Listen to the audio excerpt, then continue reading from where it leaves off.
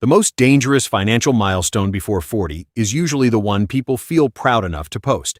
Buying a house by 28, hitting $1 million by 30, retiring by 45 on the surface, those numbers carry weight because they look like proof that someone got things right early. But what they don't show is whether that life can actually hold together under pressure. Because looking impressive and being stable are not the same thing. Someone can check off every one of those milestones and still be carrying debt at 22%. Still not be able to handle a $1,000 emergency, without borrowing still be one unexpected expense away from unraveling progress that took years to build. And that gap between appearance and reality is where most financial stress actually lives. And once you start seeing that, the question quietly changes. Not whether you're ahead, but whether you're protected. The problem is most people were never given a real way to measure financial progress, so they end up borrowing one from wherever it's easiest to find it, which usually means the internet, where everything is simplified into timelines and deadlines that look clean but don't reflect how real life actually unfolds. Own this by 28, earn that by 30, retire by 45. It sounds structured, almost reassuring, until you realize those numbers were never designed around your risks, your income path, or the way unexpected events tend to cluster when you least want them to. And this is where things start to shift. Financial stability doesn't come from hitting deadlines on time. It comes from building systems that still work when things don't go according to plan. And the people who hold steady over time aren't the ones who moved fastest early on, but the ones who built the right foundation underneath everything else.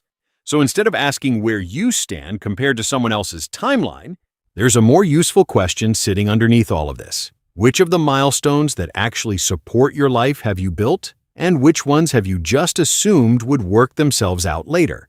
A clear financial vision. Before any number means anything, it has to point somewhere.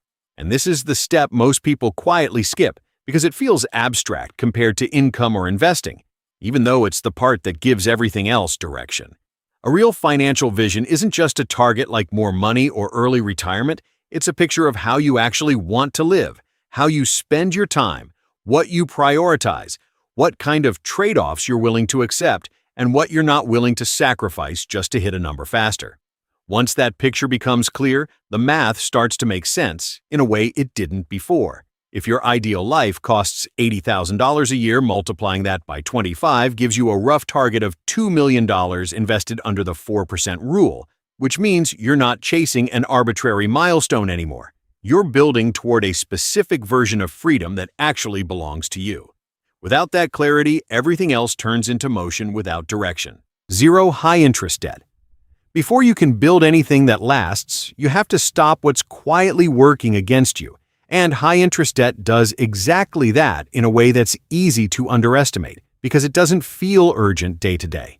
Not all debt is a problem, but anything above 6 or 7% is different because it compounds against you, which means time. Something that usually helps you build wealth is now working in reverse. Take a $10,000 credit card balance at 22% APR and you're paying over $2,000 a year in interest alone, which isn't just an expense. It's money that never gets the chance to grow into anything else. The average American carries over $6,000 in credit card debt, and with average rates exceeding 22% in 2026, that turns into more than $1,300 a year, just to maintain a balance that often came from spending that no longer even matters. It doesn't look dramatic, but it quietly limits everything. A fully funded emergency fund. Most people don't realize how fragile their situation is because nothing has gone wrong yet, and as long as income is steady and expenses are predictable, it feels like things are under control, even if there's very little margin for error underneath. The standard advice suggests keeping 3 to 6 months of expenses, which works in theory, but in practice, problems rarely show up one at a time. And when they overlap, a job loss combined with a health issue or a family emergency layered on top of reduced income, that cushion disappears faster than expected. That's why aiming for 6 to 12 months changes the equation. When you calculate your actual monthly expenses and set that amount aside in something like a high-yield savings account, earning 4 to 5% APY in 2026, you're not trying to grow that money, you're creating space between an event and your reaction to it. Half of Americans can't cover a $1,000 emergency without borrowing. That's not a cash problem. It's a stability problem. Career income optimization. A lot of attention goes toward investing strategies, but the variable that has the most impact early on is simpler and often overlooked because it doesn't feel as sophisticated, which is your income and how it evolves over time. Your income is the source that feeds everything else, and if it isn't growing in a meaningful way, then even perfect budgeting and investing can only take you so far. The median income for Americans in their 40s is around $69,000, and if your earnings haven't moved much beyond where they were years ago, not just adjusting for inflation but actually increasing in value, then something in that path needs to be examined more closely, because the long-term difference is larger than it seems.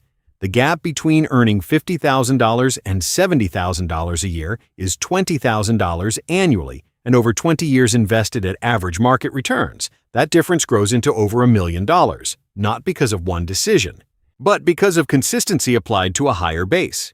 Income isn't just about comfort today, it shapes what becomes possible later.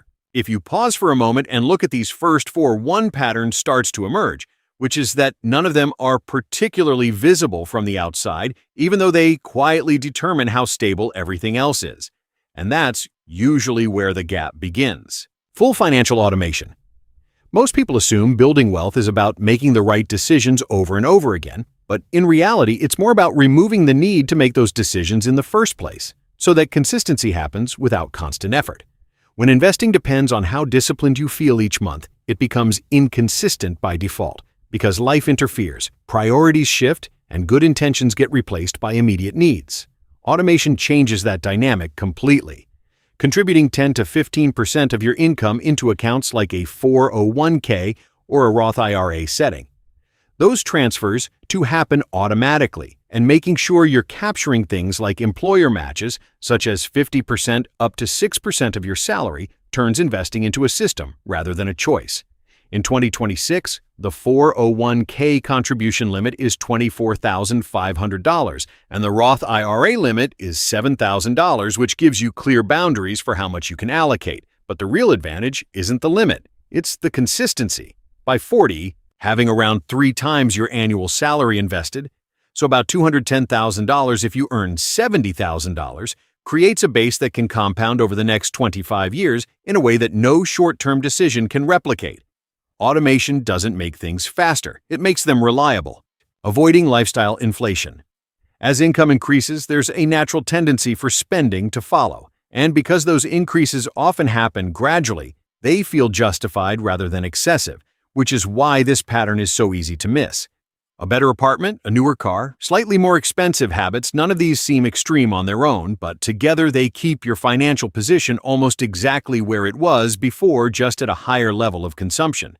And this is where the math becomes uncomfortable. Someone earning $200,000 and saving 10% is building wealth on $20,000 a year, while someone earning $80,000 and saving 30% is building wealth on $24,000 a year, which means the person with the lower income is actually moving forward faster. Not because they earn more, because they keep more. Lifestyle inflation doesn't look like a mistake. It looks like progress, but it quietly keeps you in place. Financial alignment with your partner.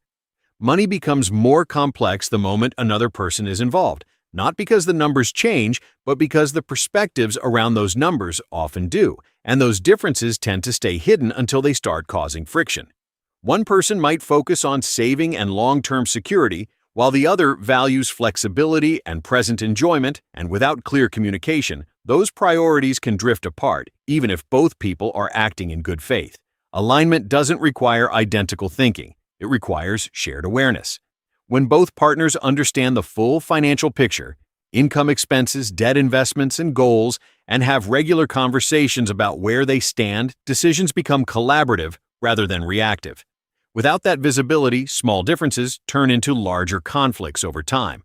With it, money becomes something you navigate together. Basic estate planning. This is one of the least discussed milestones before 40, partly because it feels distant and uncomfortable, even though it becomes relevant much earlier than most people expect. If you have assets, responsibilities, or even preferences about how decisions should be made if you're unable to make them yourself, then some level of planning is already necessary. A will determines how assets are distributed and who manages your affairs. A healthcare directive outlines your medical preferences, and a power of attorney allows someone to act on your behalf financially, and without these in place, those decisions default to state rules that may not reflect what you would have chosen. Basic versions can be created online at minimal cost and notarized at a UPS store, while more complex situations may require an attorney. But the important part is not the complexity. It's the existence of a plan at all.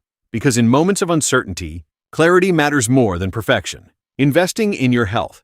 Health rarely feels like a financial decision in the moment, but over time it becomes one of the most significant factors affecting both your expenses and your ability to generate income, especially as the effects of earlier habits begin to accumulate.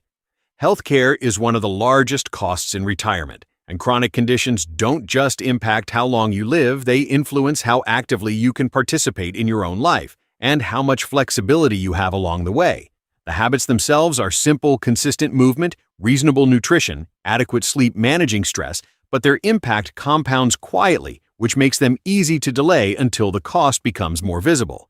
And by then, the trade-offs are harder to reverse. Money can create options, but only if you're in a position to use them.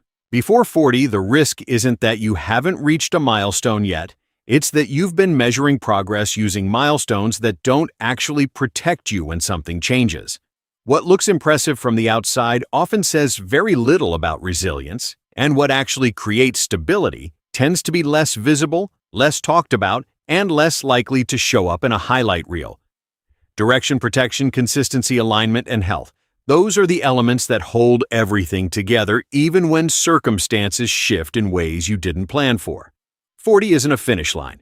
It's a point where the systems you've built either support you or start to show their limits.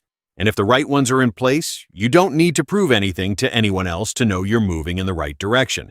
Because stability doesn't need to be announced. It shows up in how well your life holds together when it's tested.